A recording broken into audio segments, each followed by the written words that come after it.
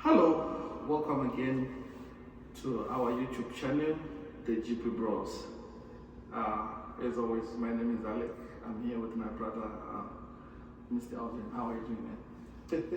Thank you so much for the great introductions. My name is Alvin, as you just reiterated. And, it's been a very long day for me. As you well know, I've been very busy doing a lot of stuff. Yes. But yeah, I had a great day. How was your day? My day. You just came back from work. How was work today? My day was great. Yeah. I would like to say, ndakuita semunhu ari kuspenda more time ndiri outside than I should inside. Okay. Kuita sevamwe vakanga vachiti the average time a man should spend at home is at least 8 hours. Okay. As ukaona uri murume uchispenda more than 8 hours uri pamba, you are most likely not going to be successful. Wow. And another funny thing, as even romantically, it turns out That's varume who are never home, they are probably men who go out. Yeah. I'm talking just kungonzi, haupo pamba. Even if you're not going to work kungonzi, wabuda wangona kuita something. Kakusambo are always available. Kane zvino spice up love life in a marriage. I mean, I know you are not married yet in fun, but but I need to get in. I mean, in general, man, I had a great day. Woke up today, came from work, went to church, did what we gotta do. Then I went from church. Then I went to work. But otherwise, it was a great day. Oh, that's good. But before we go deeper into the conversation today, we would like to say thank you to our followers. Today, Taita hit 100 subscribers on our YouTube channel. So I want to say shout out to everybody who is supporting this. Thank you so much. Thanks to our subscribers. Thanks to our listeners. Yes. You are the backbone of this channel.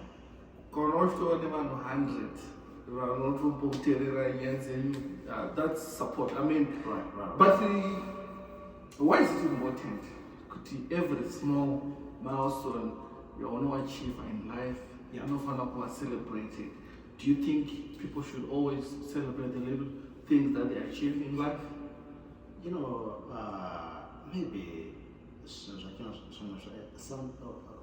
my thoughts or my philosophy might have been, motivated and influenced by having worked as a tutor, as you well know. Yes. Well, you were a tutor at school, right? Right, yeah. So one of the things, or one of the emphasis they put when it comes to tutoring, they say you should instill asset mindset in a student. Asset mindset. And what does that mean? So by asset mindset, what they mean is like, instead of focusing on the deficits, you should also focus on what you have as a person. Okay. That builds confidence. Okay. To keep on executing. Okay. You feel like, if you feel like you know if you've got a specific strength that you have as a person.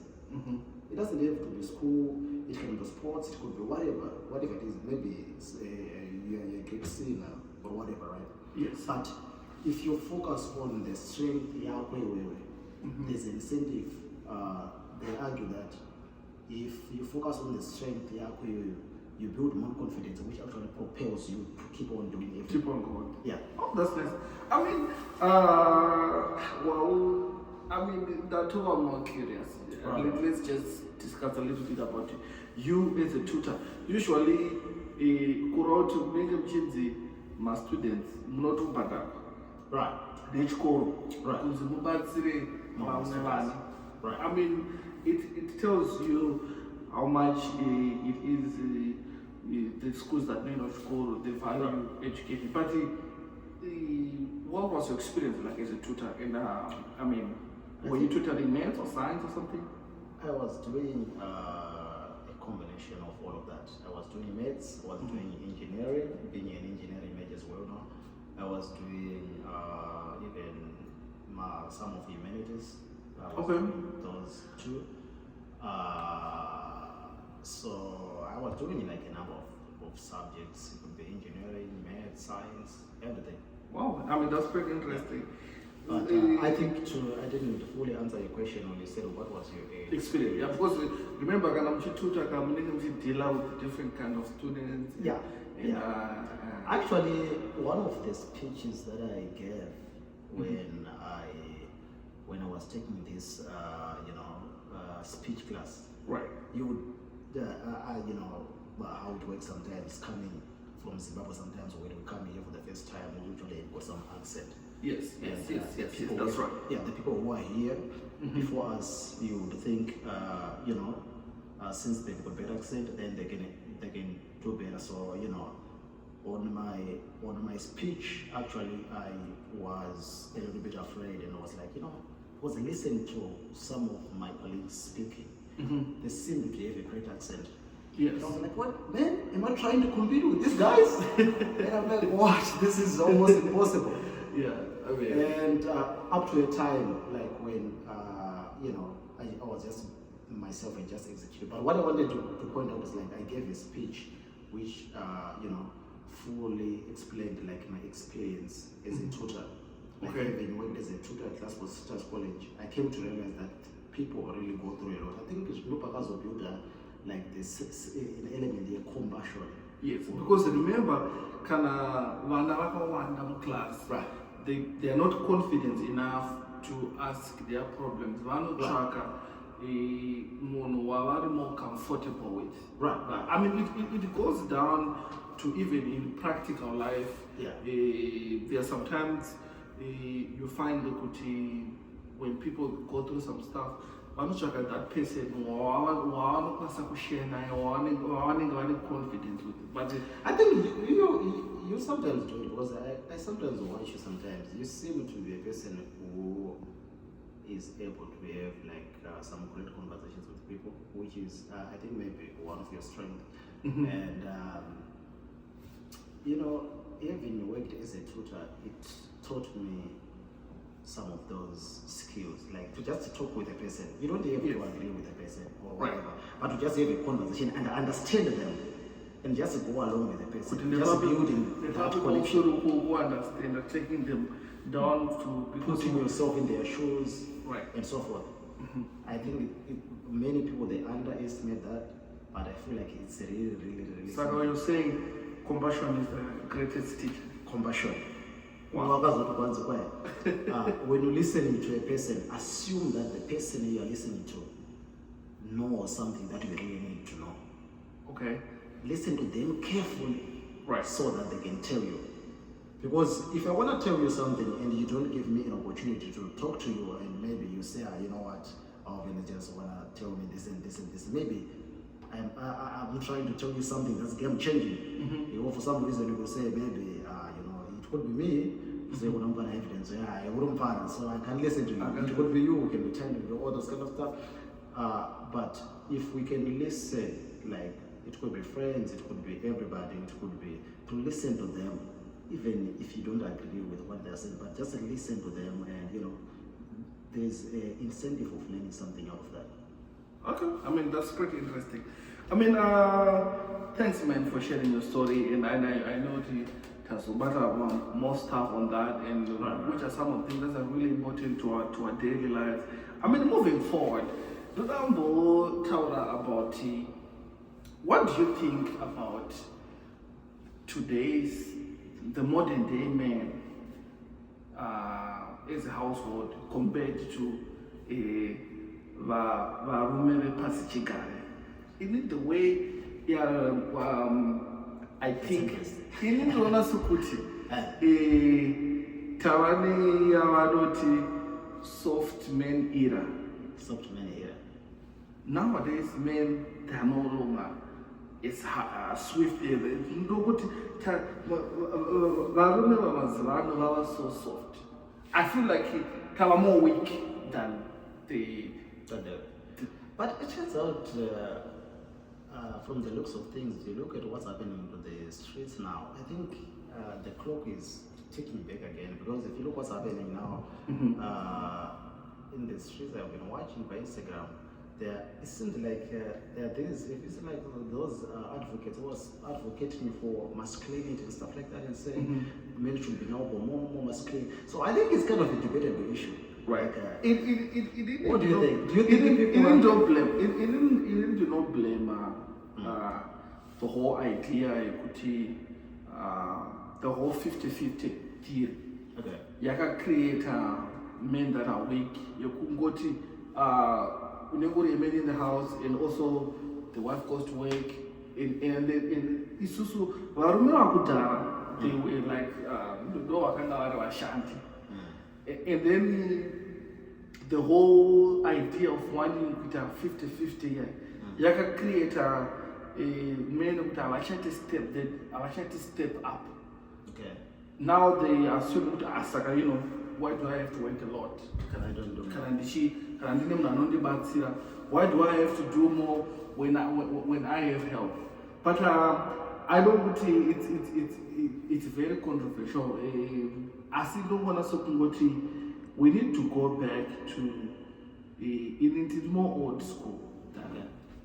To that point when men used to be men, when men were the leaders, when men used to go out and work hard for their families and never expect any help from their partners. But I think, can I quickly respond on that? Yes. Because I think you explained your point so well, and I do agree with some of the majority of what you were saying.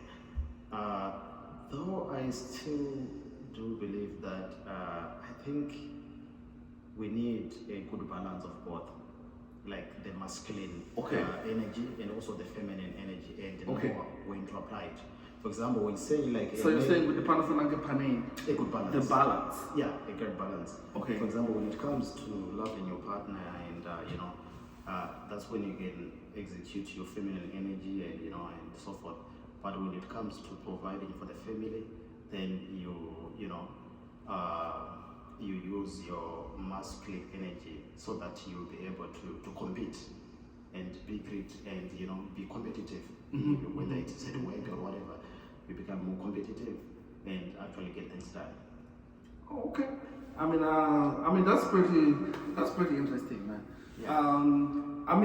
Moving forward, I know to you and I we always debate on this situation. Issues that matter. It's takakura isusu tichiti when we grow up takanga tichiti education is the key to success. Education is the key to success. But looking at the modern day world, Right. Can we say now that entrepreneurship is now the key to success? It's no longer, because it's characterized kana munhu akatodzidza akawane degree atova guarantee kuti achava successful. But looking at now how important it is to know entrepreneurship, to know skills. It's just no longer about having a degree, because there are people who are, let's just look at our country, Zimbabwe. A lot of people have a degree and then they're doing nothing. And because they all are street smart who have actually things that are doing. And they tend to be doing better in life than when I kind of school. That reminds me of what I usually think when I myself. So look at it, forgot what really wins, book smart or street smart. So when you were reiterating that, but it turns out that in my own opinion, I feel like it also traces back to our previous conversation where we were talking about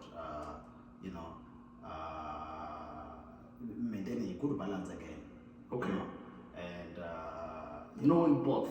Yeah, knowing both. Being street smart and also book smart. And also, like, the point actually that I wanted to explicitly explain is good. There's no one way. It's not a one size fits all. One size. Yeah, it's not a one size fits all situation. But the pathway to success could differ. Like, it could work with education for me. It might not work for you. It could work for you. It might not work for me. So I think it's but to put yourself in the best situation for success, I feel like you need to try by all means to optimize stress. like if you can be street smart, be street smart. If you wanna be book smart, be book smart, so that you can have a good combination of all of that. That's right. Because I remember, the man of God was teaching my youth by cheating. Could I degree? Yeah. And then you don't acquire skills, mind skills. It's a combination of Right. In a life I talk about paycheck is not enough to make someone great. A lot of you need a side job, a side gig, so I just think it really comes to just having a combination of both. But today we want to thank you all for tuning in and for taking your time to join in on our GB podcast. But remember, don't forget to subscribe and to like. Thank you so much. Thank you so much. Have a great day. Thank you, our viewers.